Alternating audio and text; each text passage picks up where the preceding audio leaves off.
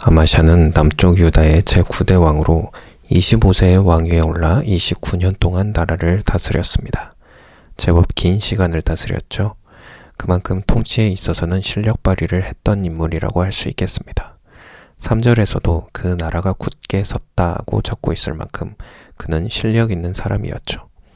하지만 성경은 그에 대해 그런 관점에서 평가하고 있지 않습니다. 성경은 오직 이렇게 적고 있을 뿐입니다. 아마샤가 여호와 보시기에 정직히 행하기는 하였으나 온전한 마음으로 행치 아니하였다.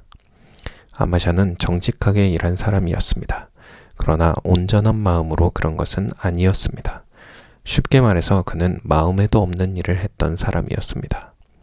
그가 정직하게 일한 사람이라는 증거를 성경은 3 내지 4절에서 들고 있습니다. 나라가 안정을 찾고 왕권이 강력해진 뒤 아마샤는 정적을 제거했는데요. 본래 정적을 제거하려면 우리가 흔히 3족을 멸한다거나 9족을 멸한다고 하는 것처럼 아예 씨를 말려야 후환이 없습니다. 그런데 아마샤는 그렇게 하지 않고 정적들의 자녀들을 살려줬습니다. 왜냐하면 모세의 율법책에 각 사람은 자기의 죄로 죽는다고 적혀 있었기 때문입니다. 아마샤는 분명 실력 있는 왕이었고 게다가 율법도 잘 지키는 왕이었습니다. 분노에 휩싸일 만한 상황 속에서도 율법 조항을 기억하고 지켜 지나친 복수를 자제할 줄 아는 사람이었죠. 정말 훌륭한 왕이지 않습니까? 이런 왕이 있다면 모두가 존경하겠죠?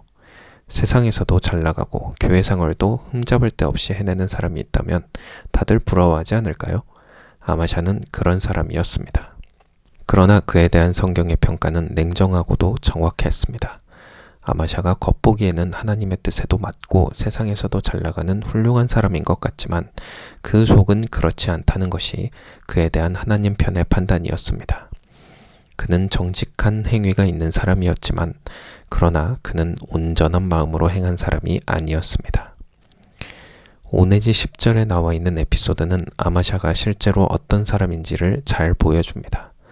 아마샤는 국력이 강해지자 남쪽에서 30만 대군을 일으키고 북쪽에서도 은 100달란트를 들여서 10만 용병을 고용해서 전쟁 준비를 합니다. 뭐 전쟁이 일상이었던 때이니 그건 그럴 수도 있겠다 하고 넘어갈 수 있을 것입니다. 문제는 그 다음이죠. 하나님의 사람이 아마샤에게 와서 주님의 뜻을 전합니다. 여호와께서 북쪽 사람들과 함께하지 않으십니다.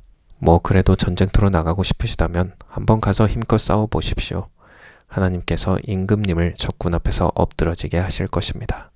하나님께서는 충분히 돕기도 하시고 또 충분히 패하게도 하시니까요. 아마샤의 마음이 어땠는지는 그의 반응을 보면 알 수 있습니다. 그는 그 말을 한 하나님의 사람에게 이렇게 반문합니다. 내가 이스라엘 군에게 100달란트를 줘버렸는데 어쩌면 좋지? 네, 아마샤의 마음은 용병들에게 이미 지불한 100달란트가 너무나도 아까워서 어찌할 바를 모르는 상태였습니다. 하나님의 뜻을 듣긴 들었는데 그 뜻대로 하긴 해야겠는데 그랬다가는 은 100달란트라는 어마어마한 돈이 날아가게 생겼다는 그런 생각이 그를 힘들게 한 것입니다. 하나님의 사람이 여호와께서는 충분히 그보다 많은 것을 왕에게 주실 수 있다고 말하고 나서야 아마샤는 하나님의 뜻대로 에브라임에서 온 용병들을 되돌려보내는 처분을 내립니다. 하나님께서 손실을 보상해 주실 거라는 기대감을 가지고 말이죠. 100달란트를 손에 봤으니 101달란트 이상 주실 거라는 생각을 했겠죠. 성경은 이러한 모습을 가리켜 정직하게 행하기는 했으나 온전한 마음으로 하지는 않았다고 평가하고 있습니다. 결과적으로는 하나님의 뜻대로 했지만 그 과정 가운데 그가 품었던 마음은 전혀 하나님의 뜻에 맞지 않았다는 게 성경의 평가입니다. 저는 여러 교회를 다녀보았습니다.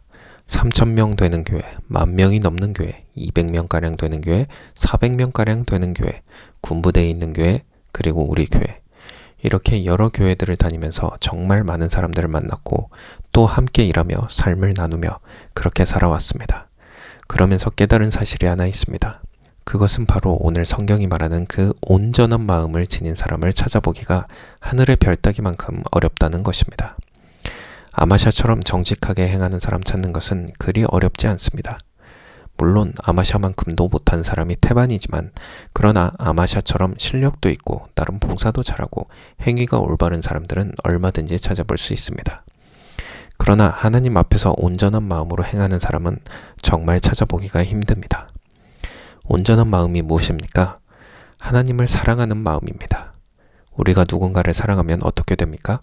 그 사람을 위해서라면 무엇이든지 할 수 있게 됩니다. 다른 어떤 조건도 따지지 않습니다. 내가 손해보는 것 같다? 그런 생각은 사랑하는 사람이 하는 생각이 아닙니다. 사랑하는 사람을 위해서라면 내가 하찮은 존재가 되어서라도 그 사람을 행복하게 해주고 싶다고 생각하는 것이 누군가를 사랑하는 사람이 지니게 되는 마음입니다. 교회 안에 이런 사람이 얼마나 될까요? 교회를 오래 다니면서도 일하지 않고 사람들을 섬기지 않는 사람들이 태반이지만 일도 하고 사람들을 섬길 줄도 알고 하나님을 위해 할 만한 여러 일들을 하는 사람들 가운데 온전한 마음으로 하나님을 사랑하는 마음으로 하는 사람들이 과연 얼마나 될까요? 저는 수도 없이 봐왔습니다. 그저 자기 자신의 만족과 유익을 위해서 일하는 사람들, 자신의 이름을 빛내고 자신의 존재를 증명하기 위해서 일하는 사람들, 중요한 자리가 주어지고 빛나는 일들이 맡겨지면 좋아하지만 하찮은 자리가 주어지고 아무도 알아주지 않는 일들이 맡겨지면 화를 내거나 짜증을 내거나 신경질을 내거나 토라지거나 갑자기 사라져버리는 사람들. 저는 그런 사람들을 수도 없이 봐왔습니다. 이런 사람들은 다 온전한 마음으로 일하는 사람들이 아닙니다. 이 새벽, 이 아침에 이 한 가지 사실을 붙잡고 기도하셨으면 좋겠습니다. 내가 이렇게 오래 교회를 다니고 이러저러한 일들을 하고 있는데 나는 과연 온전한 마음으로 하고 있을까? 혹 관심은 다른 데 있는데 어쩔 수 없이 마음에도 없는 일을 하고 있는 것은 아닐까? 하나님 앞에서 진실하게 돌아보면서 하나님, 이제부터는 온전한 마음으로 일하게 해주세요. 제 마음이 오직 주님 사랑하는 마음으로 가득 차서 작은 일, 하찮은 자리라도 기쁨으로 감당하게 해주세요. 하고 기도하시기를 바랍니다. 하나님께서는 실력 있는 사람을 찾지 않으십니다. 하나님께서는 일을 잘 해내는 사람을 찾지 않으십니다. 하나님께서는 온전한 마음으로 일하는 사람, 주님을 사랑하는 마음으로 살아가는 사람을 찾으십니다. 우리 교회 모든 성도들이 바로 그런 사람들이 되었으면 좋겠습니다.